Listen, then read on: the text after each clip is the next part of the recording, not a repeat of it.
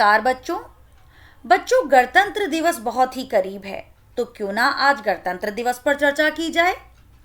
इस दिन के लिए वीरों ने अपना खून बहाया है। झूम उठो देशवासियों, गणतंत्र दिवस फिर आया है। झूम उठो देशवासियों, गणतंत्र दिवस फिर आया है। तो आज के हमारे निबंध लेखन का विषय है लो फिर आया गणतंत्र दिवस। बच्चों, निबंध लिखते समय हमें सबसे पहले उसकी रूपरेखा तैयार करनी होती है, अर्थात उन बिंदुओं को लिखना होता है जिनका वर्णन हम निबंध के अंतर्गत करेंगे। तो इस निबंध के अंतर्गत हम किस किस का वर्णन करेंगे? भारत में 3 राष्ट्रीय पर्व, राष्ट्रीय त्योहार का महत्व, 26 जनवरी 1950 को संविधान लागू, गणतंत्र दिवस मनाने का ढंग, राजधानी में इस त्योहार को मनाने का वर्णन और इस त्योहार का संदेश। भारत में 2 प्रकार के त्योहार मनाए जाते हैं, धार्मिक त्योहार तथा राष्ट्रीय त्योहार। भारत को तो त्योहारों का ही देश कहा जाता है, इसलिए भारत में धार्मिक त्योहार और राष्ट्रीय त्योहार 2 प्रकार के त्योहार मनाए जाते हैं। क्योंकि विभिन्न जाति और धर्मों के लोग हमारे देश में रहते हैं, इसलिए सभी के अपने अपने त्योहार होते हैं।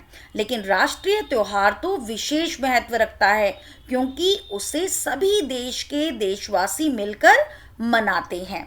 सभी धर्मों के अपने अपने त्योहार होते हैं, परंतु राष्ट्रीय त्योहार सारा देश मिलकर मनाता है। भारत में 3 राष्ट्रीय त्योहार मनाए जाते हैं। वो 3 राष्ट्रीय त्योहार कौन से हैं? स्वतंत्रता दिवस, गणतंत्र दिवस तथा गांधी जयंती। सभी त्योहारों का अपना अपना महत्व है और गणतंत्र दिवस अपना विशेष महत्व रखता है।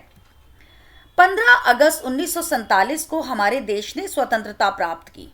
ये तो सभी जानते हैं कि 15 अगस्त 1947 को हमारा भारतवर्ष आज़ाद हुआ था, हमें स्वतंत्रता मिली थी। लेकिन हमें अपने अधिकार प्राप्त नहीं हुए थे, परंतु हमें अपने अधिकार नहीं दिए गए क्योंकि हमारा कोई संविधान नहीं था। 26 जनवरी 1950 को हमारा संविधान लागू हुआ, जिसमें भारत के नागरिकों को अधिकार व कर्तव्य प्रदान किए गए। यानी 26 जनवरी 1950 को जब हमारा संविधान लागू हुआ, उस दिन से भारत के प्रत्येक नागरिक को उनके अधिकार व कर्तव्य प्रदान किए गए।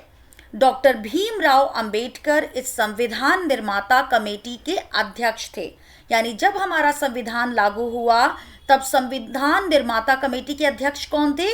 डॉक्टर भीमराव अंबेडकर।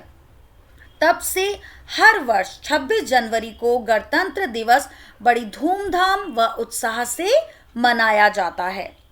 26 जनवरी का त्योहार लाया खुशियां संग अपार, जाने हमने कर्तव्य हमारे और मिले कुछ अधिकार।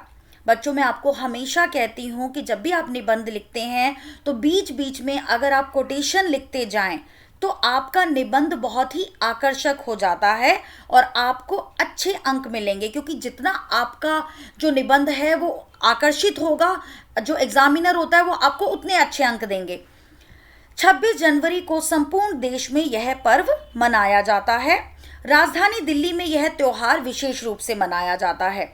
अब 26 जनवरी पूरे देश के लिए महत्वपूर्ण दिन है और पूरे देश में त्योहार मनाया जाता है, लेकिन विशेष रूप से भारत की राजधानी दिल्ली में यह त्योहार बहुत ही ज़्यादा धूमधाम से मनाया जाता है। प्रधानमंत्री अमर जवान ज्योति पर शहीदों को श्रद्धांजलि अर्पित करते हैं। यानी हमारे देश को आज़ाद करने के लिए जितने भी हमारे सैनिक शहीद हो गए थे, उन शहीदों को याद करने के लिए अमर जवान ज्योति पर उन्हें श्रद्धांजलि अर्पित की जाती है। और किसके द्वारा की जाती है? प्रधानमंत्री के द्वारा। उसके बाद राष्ट्रपति राजपथ पर राष्ट्रीय ध्वज फहराते हैं और इसके बाद राजपथ पर राष्ट्रपति के द्वारा राष्ट्रीय ध्वज फहराया जाता है। राष्ट्रीय ध्वज कौन सा ध्वज है? हमारा तिरंगा झंडा, हमारे देश की शान, हमारे देश की पहचान। तथा परेड की सलामी लेते हैं और राष्ट्रपति परेड की सलामी लेते हैं राजपथ पर। इस दिवस पर अन्य किसी देश के राष्ट्रपति अथवा प्रधानमंत्री को मुख्य अतिथि के रूप में आमंत्रित किया जाता है। गणतंत्र दिवस हमारे देश के लिए बहुत ही खास दिन होता है और इसलिए इस त्योहार पर, इस पर्व पर, इस उत्सव में किसी अन्य देश के राष्ट्रपति या प्रधानमंत्री को मुख्य अतिथि के रूप में आमंत्रित किया जाता है। देश की सैन्य शक्ति का प्रदर्शन किया जाता है तथा विभिन्न राज्यों की झांकियां दिखाई जाती हैं। देश की सैन्य शक्ति का प्रदर्शन राजपथ पर इसलिए किया जाता है ताकि देशवासियों को यह पता चल सके कि हमारे देश पर अगर कोई भी दुश्मन बुरी नज़र डाले या कोई आक्रमण कर दे तो हमारे देश के पास कितने शक्तिशाली हथियार हैं जिनके माध्यम से हम विजय प्राप्त कर सकते हैं। इसके अलावा विभिन्न राज्यों की सुंदर सुंदर झांकियां राजपथ पर दिखाई जाती हैं। परेड में तीनों सेनाओं के अंतर्गत कौन कौन सी सेनाएं आती हैं? थल सेना, जल सेना और वायु सेना। इन तीनों सेनाओं के अलावा अर्धसैनिक बल, एनसीसी, पुलिस आदि के जवानों की टुकड़ियां राजपथ पर राष्ट्रपति को सलामी देते हुए लाल किले तक जाती हैं। विभिन्न विद्यालयों के छात्र छात्राएं रंगारंग कार्यक्रम प्रदर्शित करते हैं। राजपथ पर विद्यालयों के छात्र एवं छात्राएं भी रंगारंग कार्यक्रम प्रदर्शित करते हैं। बहादुर बालक और बालिकाओं की विशेष सवारी पर बिठाकर लाया जाता है। जो बहादुर बालक और बालिकाएं होती हैं जिन्होंने पूरे वर्ष में कोई भी एक ऐसा बहादुरी का कार्य किया हुआ होता है जिसमें कि उन्होंने अपनी जान पर खेलकर किसी की जान बचाई होती है, या कोई भी ऐसा कार्य जो कि एक आम बच्चे के बस की बात नहीं होती, उन सभी बच्चों को विशेष सवारी पर बैठाकर लाया जाता है। भूतपूर्व सैनिक भी परेड में भाग लेते हैं, यानी जो सेना में अब कार्यरत नहीं है, सेना से रिटायर हो चुके हैं, वे भी परेड में भाग लेते हैं। अंत में वायुसेना के विमान अपने करतब दिखाते हैं।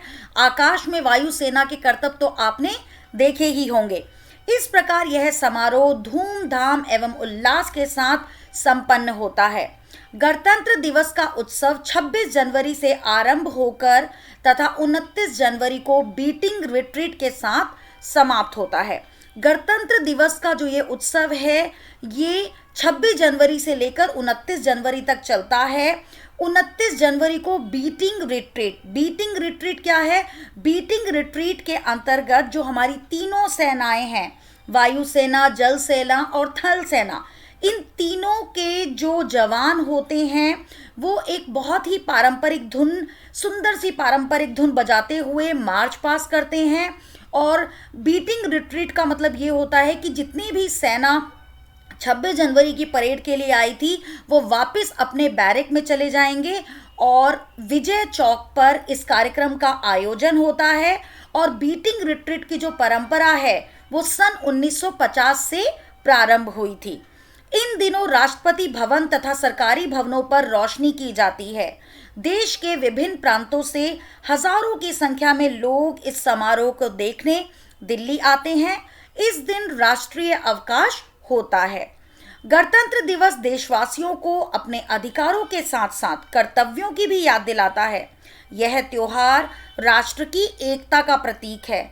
हमें अपने देश की एकता और अखंडता को बनाए रखना चाहिए तथा अपने देश का सम्मान करना चाहिए। यही इस त्योहार का संदेश है। गणतंत्र दिवस त्योहार जो है वो राष्ट्र की एकता का प्रतीक है और यही इस त्योहार का संदेश है कि हमें अपने देश का सम्मान करना चाहिए। और अंत में हम ये लिखेंगे, जिसको ना निज गौरव ना निज देश पर अभिमान है, वह नर नहीं पशु निरा है और मृतक समान है। यानी हमें अपने देश पर अभिमान करना चाहिए और जो अपने देश पर अभिमान नहीं करता वो तो पशु के समान है, वो इंसान ही नहीं है, वो तो मृतक के समान है। क्योंकि जो एक देशवासी है वो हमेशा अपने देश पर गर्व करता है।